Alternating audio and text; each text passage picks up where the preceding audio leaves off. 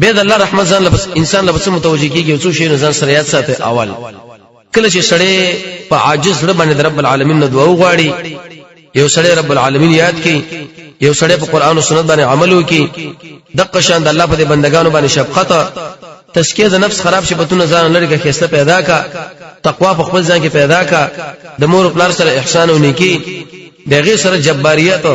د الله په مخلوقات باندې ظلمونه مکوا، ګناهونه مکوا، د حکمت خبرې کوا، رب العالمین له وخت ورکوا، د الله رب العزت بندگی کوا،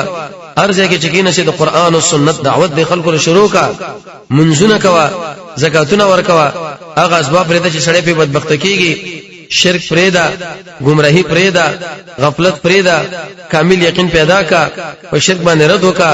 هجرت په سبیل الله شروع کا، د مسلمانانو لپاره نصيحت، دعاګانې د رب العالمین نه وغواړه،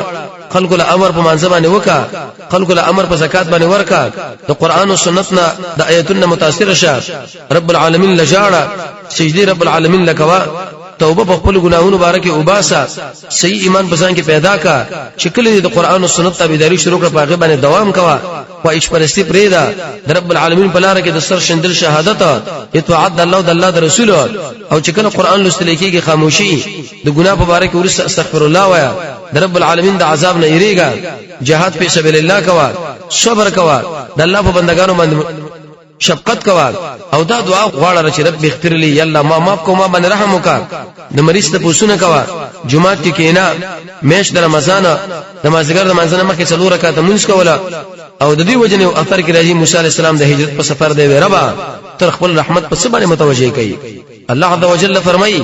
ویته څوک زما سره مو برابر وا، به چې کله تما ور باندې غوړه کین، نو زه رحم او تشکر دي انسان نه کوم، مگر هغه انسان چې هغه ما په ټول مخلوقات باندې غوړه کی.